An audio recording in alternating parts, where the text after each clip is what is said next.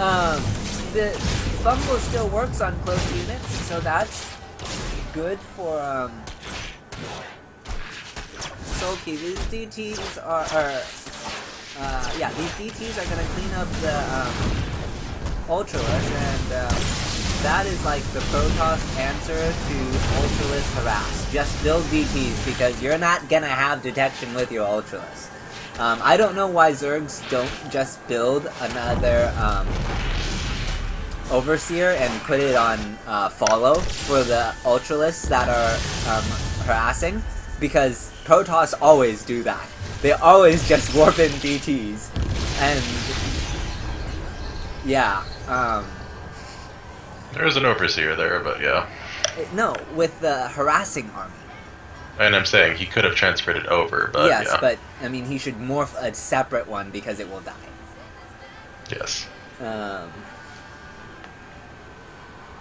But yeah, Zerg just haven't figured that out yet, and so Protoss can just defend easily, and I've just, some Zerg is going to hear this cast and do that to me, and I'm going to be so annoyed. I guess I'll just have to use Immortals then. The correct response to Ultralisk.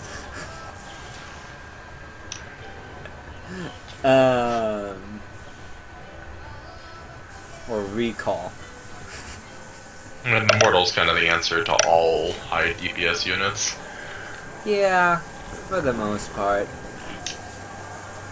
Unless it's in the air. Yeah, and it's just kind of a waiting game. Those zealots actually should be able to pick off that hatchery because Sulky's not doing anything about it. And there's just too many zealots. Sure.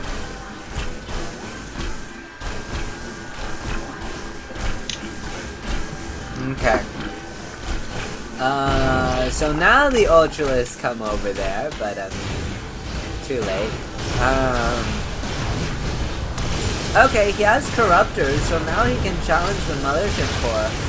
But I think there are still Void Rays in this, so I mean...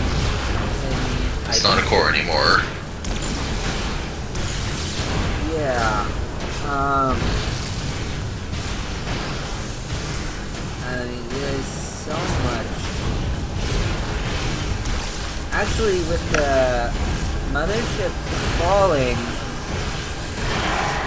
this is starting to look okay for Sulky, but there's so much Protoss still. And the Ultralists are behind the Queens where they don't want to be. The Broodlords are making it difficult for Zest, but it's just such a narrow ramp to engage up. I mean, there's enough Corruptors here that with the Queens transfusing, they will get like maybe everything, maybe, but then like even if the Corruptors clean everything up, what's to stop Zest from reinforcing with a ton of Blink Stalkers and blinking under the Broodlords? And then here comes another Tempest, so that's just gonna buy him more time for more Blink Stalkers. And the Blink Stalkers are already blinking under the Broodlord, so never mind what I said earlier about it happening after he cleans everything up. It's gonna happen right before he cleans everything up, and I mean, yes, he still has all these Corruptors, which in theory he could morph into more Broodlords, but then he's gonna get blinked under again. So like, he has 2 Ultralisks back at home, and there's 4 Immortals marching across the map. Sulky, I don't know what you're gonna do. because there's not much to do. I mean, he's not dead yet.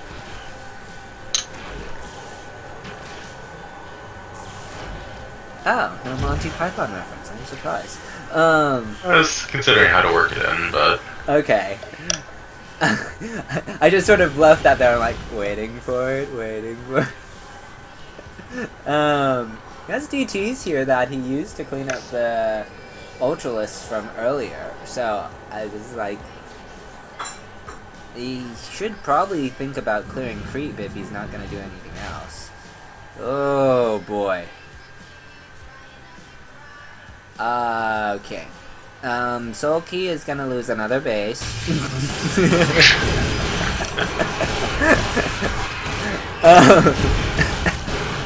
These Immortals are not where they want to be. That's actually probably the best engagement that Sulky could have hoped for, because basically those Immortals are on the wrong side of the Stalkers. In theory, the Stalkers could have blinked in front of all of that, but it's kind of too late now. There's still so much Protoss DPS though. Actually, he has enough static defense there that he'll be okay. Won't lose a base. This is doing okay for Sulky. I still feel that with the models that will be coming behind this, that are in production now. Oh, well, okay, maybe this base will fall. Yeah, it's gonna fall. And I mean, these Ultralisks might be able to shut down this fort for, maybe. I mean, he can't just use DTs to defend this because this is the main force, where there is detection. But if he can just distract these Ultralisks a bit longer. Actually, that one Ultralisk has gone into the mineral line, so that's actually just going to render the fort inert, regardless of whether he kills the fort. He does clean up, or he forces the Stalkers away. They are forced to blink out of the base, from which they cannot really defend properly.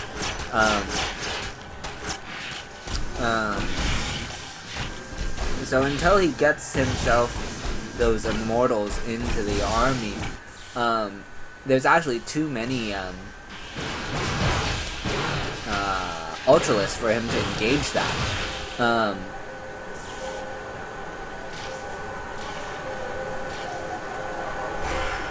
If Sulky had more minerals, I would say he should, like, build a couple more broodlords, not because he's going to win with them, but because I feel like he's locking supply into air superiority that, I mean, he's just going to retain anyways at this point in the game. These Blink Stalkers have basically made it so that Sulky is not really mining efficiently anywhere. He still has some minerals in his main and in his natural, but those will mine out soon. So this has turned into very scrappy PvZ. Between the Warp Prism harassment and the Blink Stalkers, there's just stuff everywhere.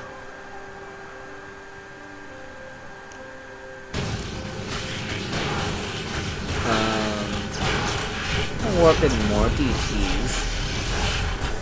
I'm not sure if I agree with that in that scenario. But okay. I mean, it's not like it's a terrible idea. It's just not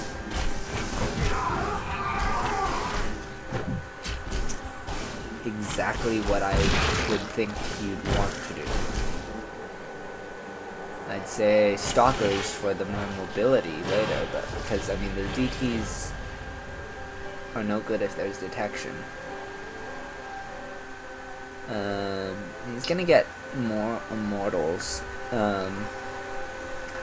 And I mean, with both players starving for resources, I mean, Zest still right now has a better economy than Sulky, so he'll be able to remax faster, go for another attack. Okay, he's just gonna get Archons from those DTs, so that makes sense now. And he's gonna go for he's gonna take his 4th over there.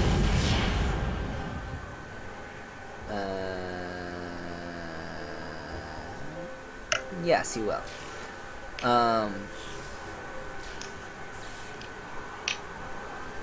Okay. If you are a Zerg player and your Protoss opponent is up a base on you, you're in trouble.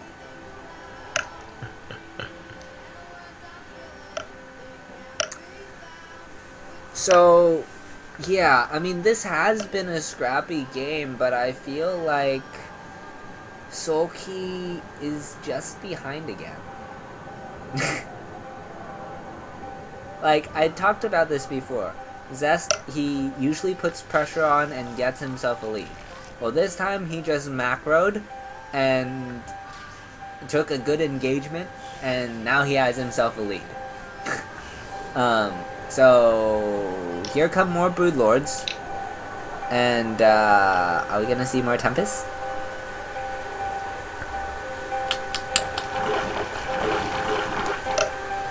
Changelings. Better.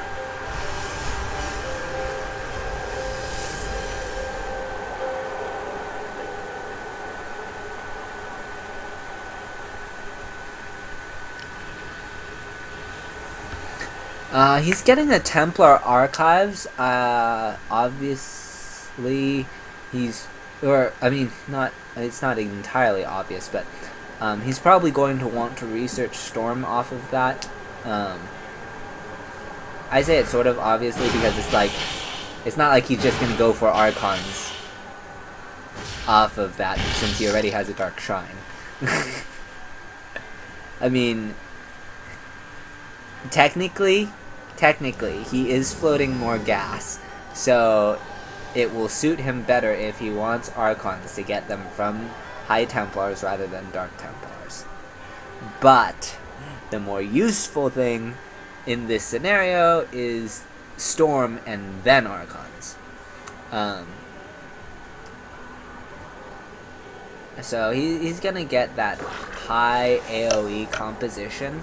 Well, I mean, not exactly. It's not really that high in terms... He doesn't have Colossi. So, and the reason why is because of all the... He's lost air dominance. He tried to establish air dominance, and he had it for a while. For quite a while. But then he got outproduced by Corruptors when he was trying to go into Tempest for the Broodlords.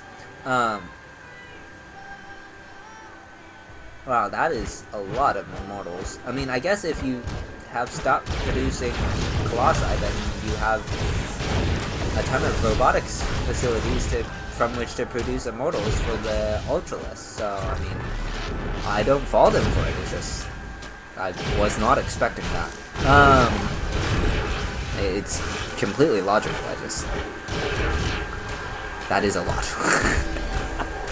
There's gonna a fungal will go down, and until he has Storm, he's not gonna want to take that engagement simply due to not having a good way of engaging.